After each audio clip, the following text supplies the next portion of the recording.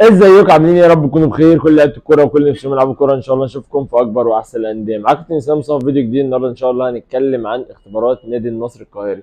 نادي النصر من الانديه القويه في قطاع الناشئين، بس هنتكلم هل اختباراته كويسه ولا لا، هل القطاع استثماري ولا لا. هنتكلم في المواعيد وسعر الاستماره وكل حاجه تخص اختبارات نادي النصر. بس لو انت اول مره تتفرج عليا ولسه ما اشتركتش في القناه انزل دلوقتي حالا اعمل اشتراك للقناه، ولو مشترك بالفعل ما تنساش تدينا لايك كده اللي بيدينا طاقه وحافز عشان نصور لكم فيديوهات كتير الفتره الجايه. ما تنساش تعمل لي فولو على الانستجرام. ومن غير رغي كتير يلا بينا نبتدي الفيديو. يلا بينا.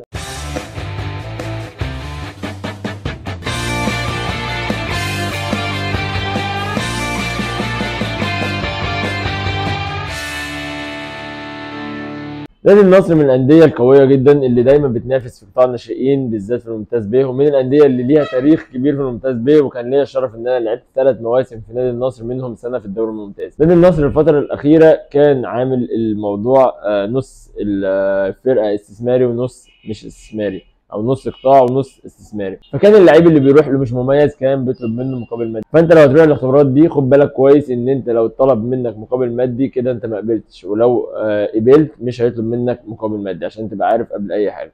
الاختبارات ان شاء الله نادي النصر عاملها من يوم 1 لحد اخر الشهر، من يوم 1/6 لحد اخر الشهر، كل يوم من الساعه 9 لحد الساعه 1 لمواليد من 2013 لحد 2003. يوميا كل يوم الساعه 9 صباحا لحد الساعه 1 من اول 1/6 لحد اخر الشهر. لو هتسالني تروح ولا لا، لو انت مميز قوي ممكن تروح، لو انت ما عندكش فرصه في نادي تاني ممكن تروح، لكن لو انت نص نص محتاج شغل بلاش تروح هيطلب منك فلوس. وانا ما بفضلش انك تلعب في انديه استثماريه بالذات في الدرجات دي، لان هتدفع مقابل مادي كبير ومش هتستفاد حاجه. لو هتلعب في الاخر في نادي استثماري او في نادي بمقابل مادي احسن لك تروح نادي مقابل مادي بسيط، عشان هي الاستفاده وهي التجربه. بل بالعكس انت هتدفع مبلغ كبير وممكن ما تلعبش وتخلص السنه مطالب ان انت تدفع فلوس تانية الا تمشي. فدي حاجه انا ما بحبهاش في الانديه اللي بتعمل نص القطاع استثماري ونص القطاع مشغلينه قطاع. فدي حاجه ما بتشجعنيش ان انا اقول لك روح اختباراتها. فانت برضو ليك مطلق الحريه، انا ما بفضلش اختبارات نادي النصر.